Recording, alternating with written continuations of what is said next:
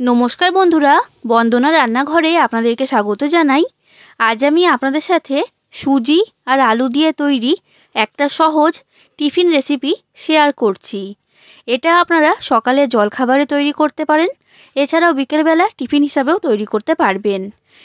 বন্ধুরা, এটা দেখতে যতটা সুন্দর, খেতেও হয় তেমনই নরম, তুলতুলে আর মুখরোচক স্বাদের। ঘরে থাকা মাত্র কয়েকটা উপকরণ দিয়েই খুবই কম সময়ের মধ্যে ঝটপট আপনারা এটা বানিয়ে ফেলতে পারবেন। আর বাচ্চাদের স্কুল টিফিনেও এটা তৈরি করে আপনারা দিতে পারবেন। বাচ্চা থেকে বড় প্রত্যেকেই এটা খেতে খুবই পছন্দ করবে। আর একবার তৈরি করার পর বারবার কিন্তু রিকোয়েস্ট আসবে এটাই তৈরি করার জন্য। তাহলে বন্ধুরা, আপনারা পুরো ভিডিওটা দেখতে থাকুন। আশা করছি আপনাদের সকলের রেসিপিটা খুবই ভালো লাগবে। আর আপনারা যদি আমার চ্যানেলে নতুন এসে থাকেন, তাহলে আমার চ্যানেলটা সাবস্ক্রাইব করার জন্য অনুরোধ রইল। এই রেসিপিটা তৈরি করার জন্য আমি এইখানে নিয়েছি 1 কাপ সুজি। এই কাপের মাপ করেই এবার সুজির মধ্যে আমি দিয়ে দিচ্ছি 1/2 কাপ টক দই। এই সময় বলে রাখছি বন্ধুরা, টক দইটা যদি ফ্রিজের মধ্যে থাকে তাহলে টক দইটা আগে বের করে রেখে দেবেন। যখন টক দইটা রুম টেম্পারেচারে চলে আসবে তখনই কিন্তু এটা ব্যবহার করতে হবে। ঠান্ডা টক দই এখানে দেওয়া যাবে না, এটা আপনারা মনে রাখবেন। এবার আমি এর মধ্যে দিয়ে দিচ্ছি লবণ স্বাদ অনুযায়ী। এবার এই টক দই আর সুজিটাকে আমি ভালো করে মিশিয়ে নিচ্ছি। বন্ধুরা, আপনাদের কাছে যদি মেজারিং কাপ না থাকে তখন ঘরে থাকা যে কোনো কাপ বা বাটি নিয়ে নেবেন, আর সেটার মাপ করেই প্রত্যেকটা উপকরণ এখানে নিয়ে নেবেন। তাহলে দেখবেন কোনো রকম অসুবিধা হবে না। তো আমি সুজি আর টক দইটাকে ভালো করে মিশিয়ে নিয়েছি। এই রকম একটা মিশ্রণ তৈরি হয়েছে। এবার আমি এর মধ্যে দিয়ে দেব জল। যে কাপের মাপ করে সুজি আর টক দই নিয়েছি সেই কাপের মাপ করেই আমি এখানে দিয়ে দেব 1 কাপ জল। অল্প অল্প করে জলটা দেব আর ভালো করে মিশিয়ে নেব। একসাথে যদি সব জলটা দিয়ে দেওয়া হয় তাহলে সুজিটা ডেলা পাকিয়ে যাবে। তো সেই কারণে অল্প অল্প করে জল দিয়ে ব্যাটারটা তৈরি করতে হবে।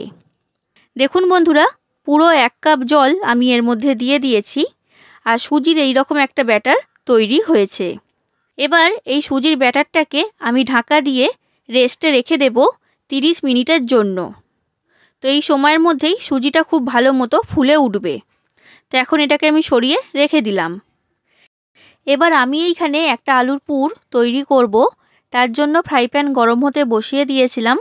এবার ফ্রাই প্যানের মধ্যে দিয়ে দিচ্ছি 2 চামচ সাদা তেল। তেলটা খুব বেশি দেবেন না, অল্প করেই দিতে হবে। তেলটা ভালো মতো গরম হয়ে গেছে।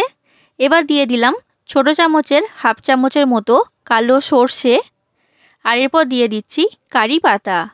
এবার সর্ষে আর কারি পাতাটাকে কয়েক সেকেন্ড নাড়াচাড়া করে আমি ভেজে নিলাম।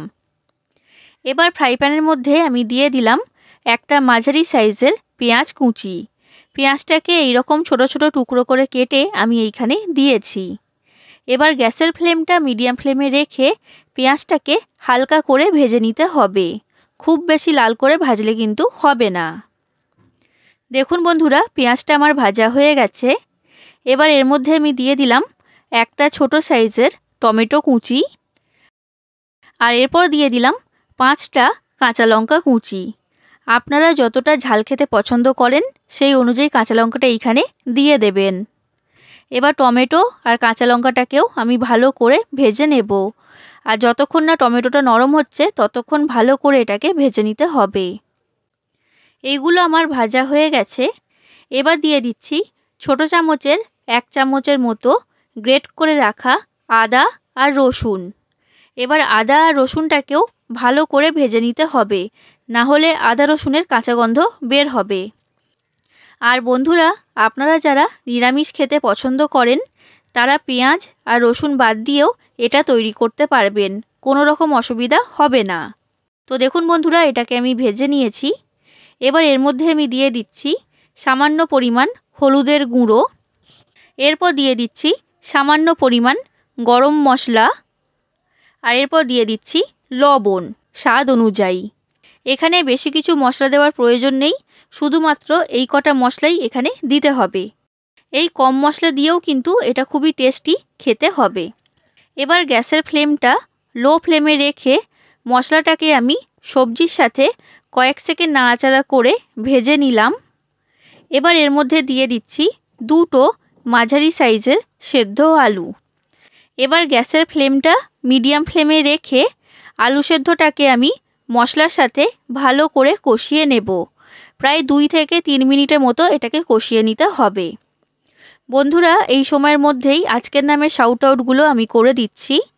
তো আজকের প্রথম নাম হচ্ছে শিখা সাহা। উনি বলেছেন খুব সুন্দর হয়েছে, তাড়াতাড়ি হয়ে যাবে, থ্যাংক ইউ। এরপরের নাম হচ্ছে সেলি দে।